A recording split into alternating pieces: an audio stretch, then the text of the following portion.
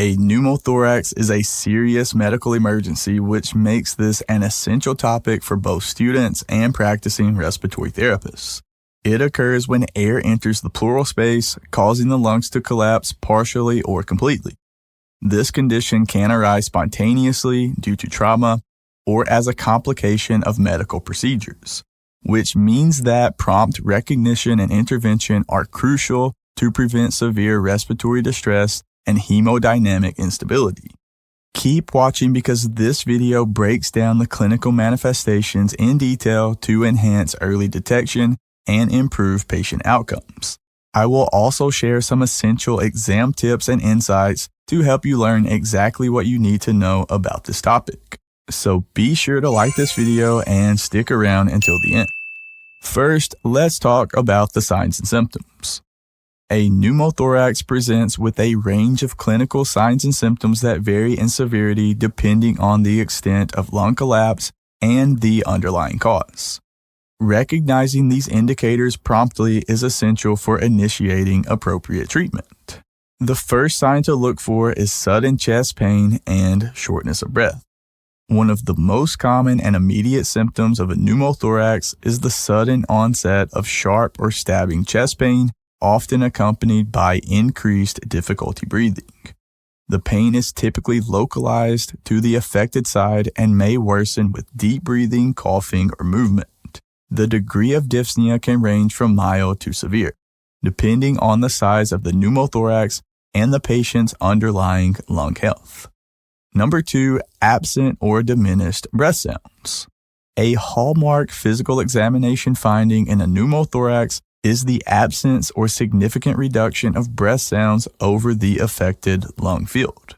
This occurs because air trapped in the pleural space prevents normal lung expansion, reducing airflow to the lung. Auscultation with the stethoscope will reveal diminished or completely absent breath sounds on the side of the pneumothorax. Number 3, tracheal deviation and shifted heart sounds. In cases of a tension pneumothorax where air continues to accumulate in the pleural space without an exit, increased pressure can push the mediastinal structures, which include the trachea, heart, and major vessels, toward the unaffected side. This results in tracheal deviation, a classic but late finding where the trachea visibly shifts away from the side of the pneumothorax. Additionally, heart sounds may also be displaced to the opposite side due to the shift in the mediastinal structures. Number 4, asymmetrical chest movement. A patient with a pneumothorax may exhibit uneven chest expansion, with reduced movement on the affected side. Normally, both sides of the chest rise and fall symmetrically with each breath. However, in a pneumothorax, the collapsed lung fails to expand properly, leading to asymmetrical chest wall motion. This finding is more pronounced in larger pneumothoraces and in patients with minimal underlying lung disease. Number 5, hyperresonance on percussion. Percussion of the chest wall can provide further clues to the presence of a pneumothorax. Because air in the pleural space increases lung field resonance, tapping over the affected area will produce a hyperresonant, which is a hollow or drum-like sound. This contrasts with the dull percussion noted in conditions like pneumonia or pleural effusion. Number 6, changes in mechanical ventilation parameters. In mechanically ventilated patients, a sudden increase in peak inspiratory pressure or plateau pressure may indicate a developing pneumothorax. The trapped air in the pleural space creates resistance, making it harder for the ventilator to deliver breaths. A decrease in tidal volume, worsening hypoxia, or sudden hypotension may also suggest tension pneumothorax, requiring immediate intervention. Number 7, subcutaneous emphysema. In some cases, a pneumothorax can lead to the leakage of air into the subcutaneous tissue, causing a condition known as subcutaneous emphysema. This presents as a soft, crackling sensation under the skin, particularly around the chest, neck, and face. Palpitation of the affected areas may reveal a distinctive crepitus or crackling feeling, similar to the sound of Rice Krispies under pressure. Recognizing these signs and symptoms is critical to diagnose a pneumothorax quickly and implement appropriate interventions, such as needle decompression or chest tube insertion, to restore normal lung function and prevent further complications. Now let's talk about the diagnosis and confirmation of a pneumothorax. Once a pneumothorax is suspected based on clinical signs and symptoms, confirming the diagnosis with appropriate diagnostic tools is essential. Early identification allows for prompt intervention, reducing the risk of complications such as respiratory failure or cardiovascular collapse in cases of a tension pneumothorax. A thorough bedside assessment remains a key component in diagnosing a pneumothorax. In addition to symptoms previously discussed, you must carefully evaluate the following. First, tachycardia and hypotension. Increased heart rate may be an early sign of distress, while low blood pressure can indicate worsening intrathoracic pressure, especially in a tension pneumothorax. Cyanosis. In severe cases, inadequate oxygenation may lead to bluish discoloration of the lips, fingertips, or skin. Jugular venous distension. In a tension pneumothorax, pressure buildup can impede venous return to the heart, leading to distended neck veins. And you should remember that a chest radiograph is the primary imaging modality used to confirm a pneumothorax.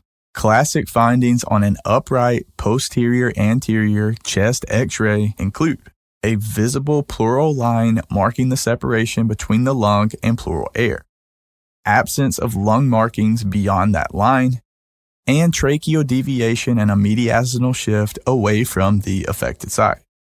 In supine patients, an abnormally deep costophrenic angle known as the deep sulcus sign is often seen on the affected side. Ultrasound has become an invaluable bedside tool, particularly in emergency and intensive care settings, offering rapid and highly sensitive detection of a pneumothorax. Key ultrasound findings include absence of lung sliding. Normally, the pleural move with each breath, creating a shimmering effect known as lung sliding.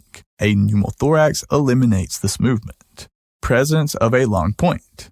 A lung point is the interface where normal lung sliding meets the area of the pneumothorax and is considered diagnostic. Absent B lines. Normally, lung ultrasound shows vertical reverberation artifacts known as B lines, which disappear in a pneumothorax due to the absence of lung aeration. A computed tomography or CT scan is the most sensitive imaging modality for detecting small or complex pneumothoraces, particularly in trauma or patients with underlying lung disease. A CT scan can identify even tiny amounts of pleural air that may be missed on a standard chest X-ray. While not routinely required, CT scans are useful in postoperative cases, recurrent pneumothorax, or when complications such as pneumomediastinum or pleural adhesions are suspected. Once the diagnosis is confirmed, the next step is determining the appropriate treatment, which varies based on the size of the pneumothorax and the patient's clinical stability. While small asymptomatic cases may resolve on their own, larger or symptomatic pneumothoraces require intervention to prevent respiratory failure or cardiovascular collapse. For a small pneumothorax of less than or equal to 2 centimeters without significant respiratory distress, observation is often the first-line approach.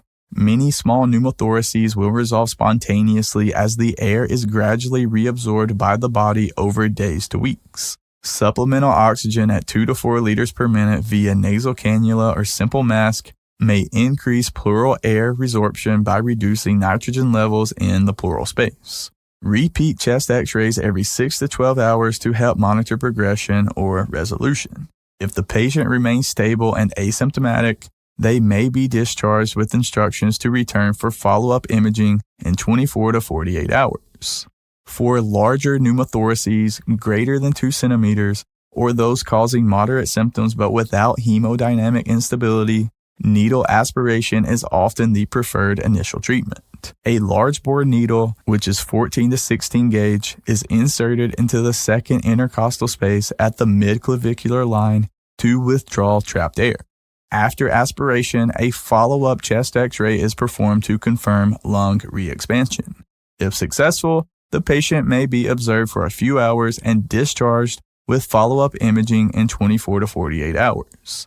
A chest tube or thoracostomy tube is required for large pneumothoraces, tension pneumothorax, or cases where needle aspiration fails. A small bore or large bore chest tube is inserted into the 4th or 5th intercostal space at the mid-axillary line and connected to a water seal drainage system to remove air. The tube remains in place until lung re-expansion is confirmed on a chest x-ray, and no further air leaks are observed. Suction may be applied if lung re-expansion is slow or if an ongoing air leak is present. And one more important thing to remember.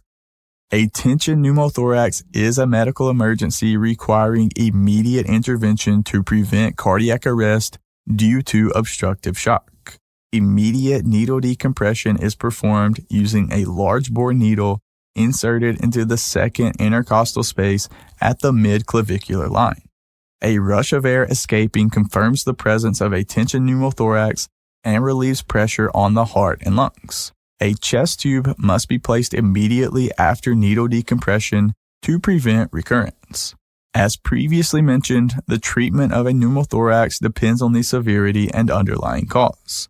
Small, stable pneumothoraces may resolve with observation, while moderate cases often require needle aspiration.